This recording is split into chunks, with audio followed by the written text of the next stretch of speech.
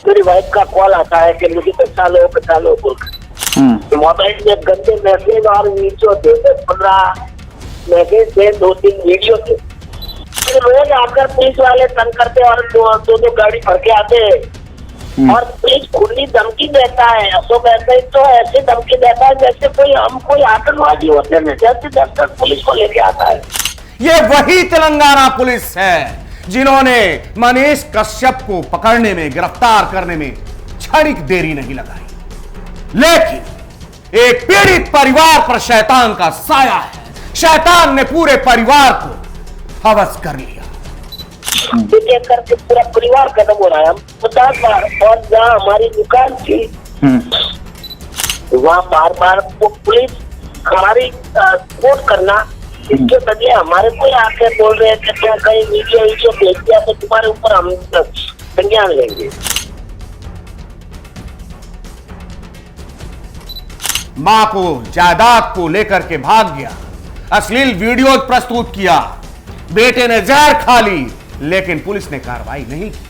Police ने उल्टे पीड़ित परिवार को धमकी देना शुरू किया कि कोई भी वीडियोज अगर तुम कहीं भी देते हो, मीडिया में देते हो, साझा करते हो, तो फिर अंजाम बुरा होगा। मैं तो हाथ जोड़ के आप जैसे लोगों से बोल रहा हूँ, अगर न्याय नहीं मिला तो हम हमारे पास बनने के सिवा कुछ रास्ता नहीं। पुलिस 2-3 पुलिस वाले तो हमारे साथ ऐसा बर्ताव कर रहे कि हमने अपराध किया है और नेपाली तो नहीं किया, हमने किया। दीदी मर गई, भैया भी नहीं है, पापा भी नहीं है। प्लीज मैं आपको हाथ जोड़ती हूँ। इनके घर में मुझे पूजा कराते, बाथरूम साफ कराते, झाड़ू मारते, मुझे काम नहीं होते तो मुझे मारते, रात को मुझे सोने भी नहीं देते। प्लीज आपको हाथ जोड़ती हूँ, मुझे मेरी मम्मी से पूछा दो ना। इस मामले को लेकर के देशवान न्यूज की ब्रांड एम्बेसडर बबीता मिश्रा ने तमिलनाडु के कमिश्नर से बात की है। वो दुकान खाली करवा दी। 20 साल की जिंदगी और मौत की लड़ाई हैदराबाद गांधी हॉस्पिटल में एडमिट है। एक बेटा 22 साल का आत्महत्या कर, ना हम किसी को कह पा रहे। वो देखे तो कोई भी आत्महत्या करने जैसे ही मोबाइल मैसेज और वो वीडियो थे, वो हमने पूरा इधर पुलिस को बताया, मैसेज वगैरह पूरा। अगर पुलिस ने, यहाँ की पुलिस, रूरल पुलिस, एक अशोक एसआई और सीआई ने कोई संज्ञान में नहीं लिया। और हमारे को बोले तो कोई जानवर की मौत हुई है क्या हमारे साथ बर्ताव करते। जो मैं आप लोगों के सामने अभी प्रस्तुत करने वाला हूं वो फिल्मी नहीं, हकीकत है। और इसमें एक पति है, पत्नी है, भरा पूरा परिवार है, लेकिन इनके ऊपर एक शैतान का साया है। उस शैतान के कारण इनका पूरा परिवार बिखर जाता है, तबाह बर्बाद हो जाता है। नमस्कार, आप देख रहे हैं देशवान न्यूज और मैं हूं आपके साथ कुमार कौशिक। दरअसल ये पूरा मामला जो है हैदराबाद का है। राजस्थान का रहने वाला श्रीराम तेलंगाना हैदराबाद में जाकर के बस जाता है अपने पूरे परिवार के साथ। परिवार में पत्नी होती है, एक बड़ा बेटा होता है 22 वर्ष का, एक 18 साल की बेटी होती है और एक छोटी बेटी महज 9-10 साल की होती है। वहां पर वो रह करके दुकान चलाता है। उसके यहां काम मांगने के लिए 2 नेपाली आते हैं, महेंद्र और चेतन। बेचारा पीड़ित व्यक्ति श्रीराम उन लोगों को नौकरी दे देता है। नौकरी तो दे देता है, लेकिन वो नहीं जानता है कि नौकरी मैंने काल को दिया है, शैतान को दिया है, हवसी को दिया है। उसके घर में ये 3 महीने रहते हैं और महज 3 महीने के अंदर बड़े कांड को अंजाम देते हैं। श्री राम की पत्नी को और उसके जमीन जायदाद के कागजात को, सोने के गहने को लेकर फरार हो जाते हैं। आप सुन सकते हैं श्री राम ने जो देशवान न्यूज के चीफ एडिटर के पास फोन करके बात किया है, उस ऑडियो को। हमने हमारी दुकान इधर करीमनगर तेलंगाना हैदराबाद के पास दुकान पड़ी जी। तो हमने एक कोई फेसबुक में कोई विज्ञापन डाला था कि भाई अपनी दुकान के आगे बहुत जगह है, 4 शटर की दुकान है, बहुत जगह है, तो किसी को कोई चाइनीज आइटम का दुकान लगाना है तो अपनी जगह है बोलकर। तो कोई मेरे पास महेंद्र शर्मा नाम का व्यक्ति ने कॉल किया और कॉल करके वो मेरे पास आया, वो बोला मेरे को लगानी है, वो नेपाली था महेंद्र शर्मा, और उसके साथ एक चेतन सिंह छात्री, वो भी नेपाल का। इन्होंने दुकान वो आगे का पूरा चाइनीज आइटम लगाने के लिए बात करके महीने का 21,000 किराया मैंने दे दिया और उन्होंने ले लिया। वो देख के उनका वो प्लानिंग करके लिया है उन लोगों ने, क्योंकि वो 3 महीने के अंदर ही पूरा ये कांड किया है उन्होंने।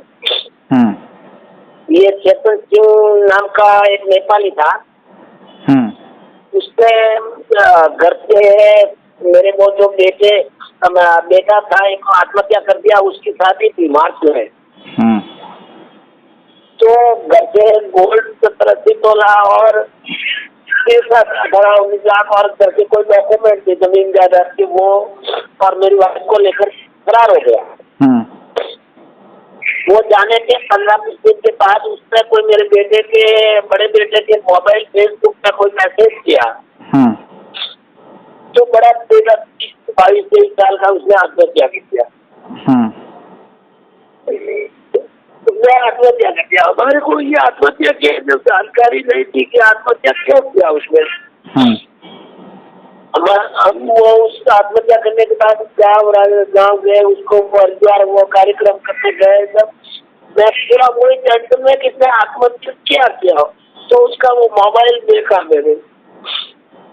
मोबाइल में गंदे मैसेज और वीडियो थे, 10-15 मैसेज थे, 2-3 वीडियो थे। वो देखे तो कोई भी आत्महत्या करने चलते ही मोबाइल मैसेज और वो वीडियो थे। वो हमने पूरा इधर पुलिस को बताया, मैसेज वगैरह पूरा, मगर पुलिस ने, यहाँ की पुलिस, रूरल पुलिस, एक अशोक एसआई और सीआई ने कोई संज्ञान में नहीं लिया। और हमारे को बोले तो कोई जानवर की मौत हुई है क्या हमारे साथ बर्ताव करते। हम 1000 बार गए उसके पास, आज थोड़े 10-20 बेटे की मौत ऐसे, वो 22 साल का बच्चा था, मेरा पूरा परिवार उसके था, मगर कुछ भी उन्होंने नहीं लिया। फिर उसके 4-5 दिन बाद वापस कॉल आता है मेरे पास, कोई मेरी वाइफ का कॉल आता है कि मुझे बचा लो बोलकर। फिर वो किसी हमारे कोई जानकार से बोलकर उसका लोकेशन निकलवाया, तो उसका लोकेशन बैंगलोर का आ रहा। तो वो बैंगलोर या हैदराबाद, करीमनगर से बैंगलोर 800-850 किलोमीटर है। हम जहाँ का लोकेशन आया वहाँ गए तो वहाँ भी किसी ने वहाँ इंफॉर्मेशन दे दिया, तो वो नेपाली चेतन सिंह नाम का वहाँ से फरार हो चुका था रात में। मगर वहाँ का जो पुलिस थाना लगता है चिड़ियानगर, वहाँ की पुलिस ने बहुत सहयोग किया। 2 दिन पुलिस हमारे साथ, 2 गाड़ियाँ और कम से कम 15-20 पुलिस हमारे साथ में अच्छा सहयोग किया। फिर हम वापिस, वो वहाँ से फरार हो चुका था, वापिस आ गए। वापिस आने के बाद 15-20 दिन के बाद और कुछ मैसेज किया गंदा। बच्चों में इतनी जानकारी और नहीं होती है, बच्चे 20 साल की बेटी ने एसिड दिया।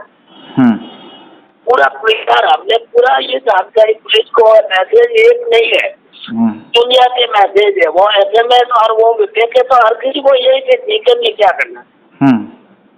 कोई पुलिस देखे करके पूरा परिवार खत्म हो रहा है। हम 50 बार, और जहाँ हमारी दुकान थी वहाँ बार वो पुलिस हमारी कोर्ट करना, इसके बदले हमारे को आके बोल रहे हैं कि तुम कहीं वीडियो भेज दिया तो तुम्हारे ऊपर हम संज्ञान लेंगे। वो जने महेंद्र शर्मा और चेतन था, उसमें से हमने एक वो महेंद्र शर्मा को थोड़े दिन के बाद कांटेक्ट करके हमारे पास लाया तो उसके मोबाइल में वो चेतन से लगातार संपर्क में, व्हाट्सएप में संपर्क में था। तो हमने कोई पुलिस के थ्रू नहीं, हमने, मेरे बच्चा कॉलेज में पढ़ता है, वो कॉलेज के दोस्त और बच्चे ने जो मेरा एक साला था उन्होंने महेंद्र शर्मा से बहुत पूरी तरह से मारपीट की कि तुमने इस तरह का कांड जानबूझ के तो क्या कि ये पूरा के ऐसा मैसेज भेजने के ये पूरा परिवार खत्म हो जाएगा। और मुझे जबरदस्ती उस चेतन ने 4-5 आइटम गोल्ड की दी है। वो गोल्ड की आइटम नेपाल से मुझे वापस लाकर देता है। और जो उस चेतन ने जबरदस्ती उसको पैसा दिया था वो भी नेपाल से मंगाकर वापस देता है।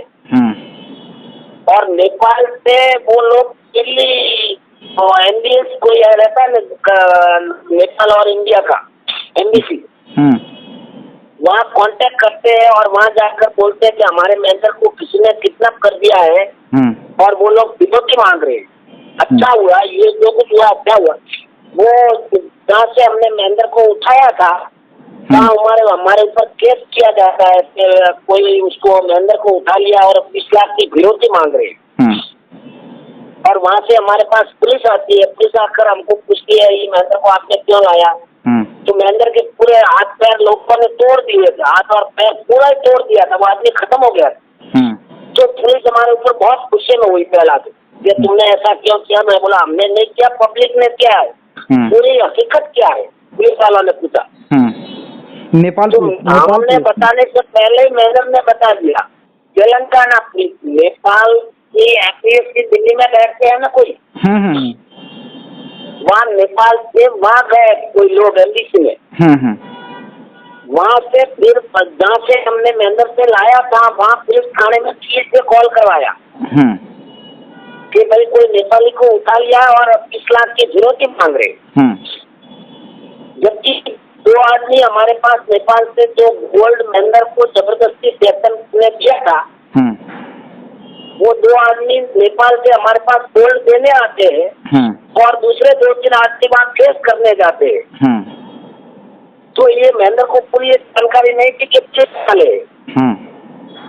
तो महेंद्र ने बता दिया कि मेरी गलती नहीं है, मुझे वो गोल्ड जबरदस्ती दिया था और ये मैसेज पूरा के ये परिवार पूरा खत्म हो जाएगा इसलिए वो मैसेज और वीडियो भेजाया था। फिर पुलिस वालों ने भी उसको बहुत मारपीट की, फिर उसको लॉकअप में रखा 15-20 दिन तक। और पुलिस ने बड़े ऑफिसर को बोला कि ये लोगों ने तो इसको छोड़ दिया, अगर इसकी जगह कोई दूसरा होता तो जिंदा भी नहीं छोड़ता, क्योंकि इन लोगों का कांड भी ऐसा किया हुआ है उन लोगों ने। वो महेंद्र खुला बोल रहा है कि मैंने मैसेज करवाया था कि देखते ही 1-2 जने मर जाएंगे तो इसके पीछे जाने वाले और कार्रवाई करने वाले कोई नहीं रहेंगे। तो हमने इधर 1000 बार पुलिस थाने में गए, हमने हाथ जोड़ा है तो पुलिस हमारे को धमका रही है। अशोक ऐसा ही है, दुकान में आकर खुला बोल रहे कि जो ताकत है कर दो, तुमने कहीं वीडियो वगैरह भेजा तो तुम्हारे ऊपर हम कार्रवाई करेंगे। तो हमने बोला सर हमको बना के जो हमारे साथ कांड हुआ है वो भेज रहे, हमने कोई नहीं, क्योंकि वो नेपाल में पूरी जगह न्यूज चल रही थी।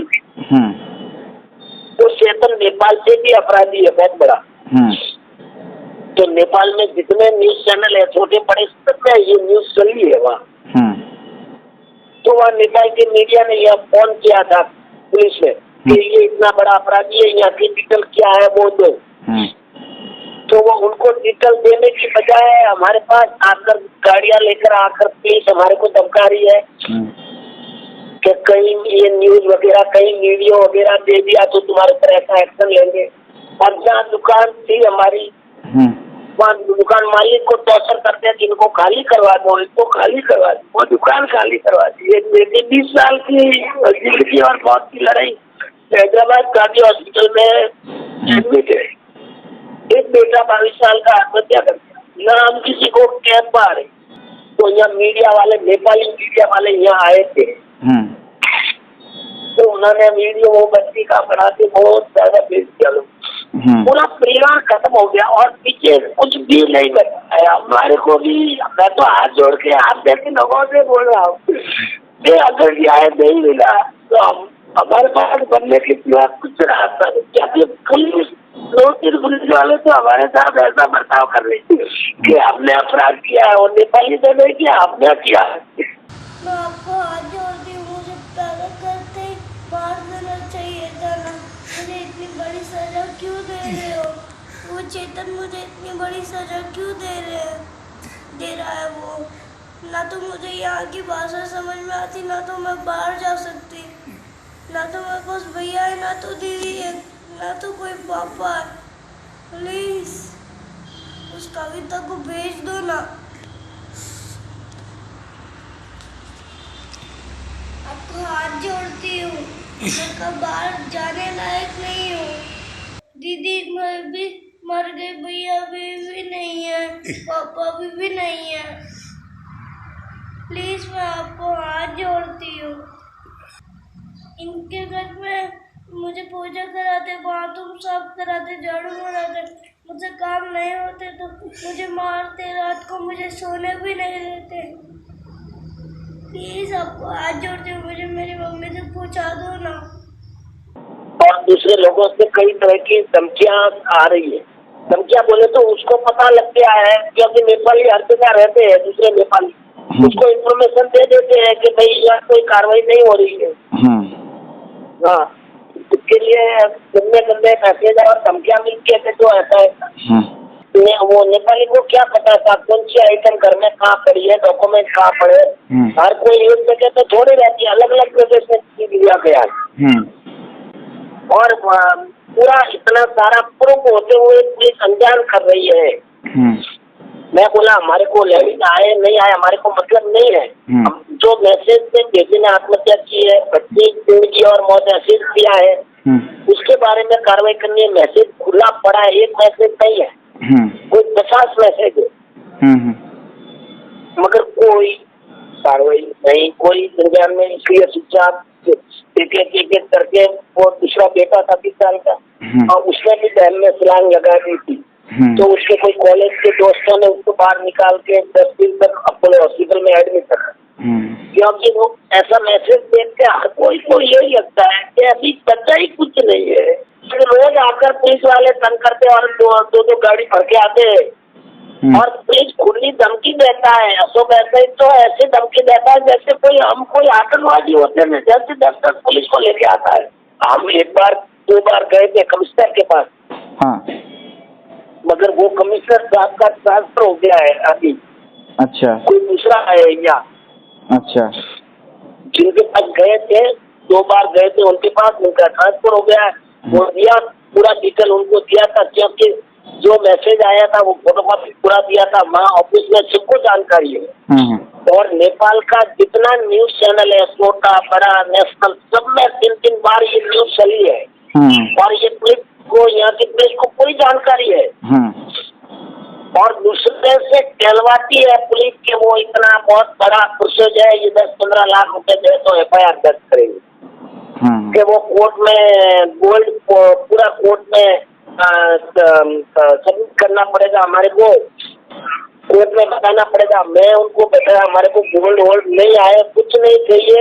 हमारे साथ जो घटना हुई है और जो हो रही है उसका हमारे को नेपाली को अरेस्ट करना है।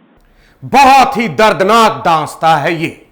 पूरा परिवार बिखर जाता है। चेतन नाम का शैतान जो है श्री राम की पत्नी को लेकर के फरार हो जाता है, और ठीक 20 दिन के बाद वो फोन करता है श्री राम के बड़े बेटे 22 वर्षीय बेटे के पास, और उससे गंदी गंदी बातें करता है, उसको धमकाता है कि अपनी मां की तलाश करना छोड़ दो, और उसको मैसेज भेजता है, वीडियोज भेजता है। वो वीडियोज जिसको देख करके एक बेटा कभी भी बर्दाश्त नहीं कर सकता, और होता भी यही है। अपनी मां की न्यूड तस्वीर को देख करके, वीडियोज को देख करके, अश्लील वीडियोज को देख करके बेटा बर्दाश्त नहीं करता है और जहर खा लेता है। बेटे की लीला समाप्त हो जाती है, मौत हो जाती है। बर्दाश्त नहीं कर पाता है पीड़ित बाप, तड़पता है, पुलिस के पास जाता है, पुलिस से सारी कहानी बताता है। पुलिस पूछती है कि आखिरकार तुम्हारे बेटे ने जहर क्यों खाई।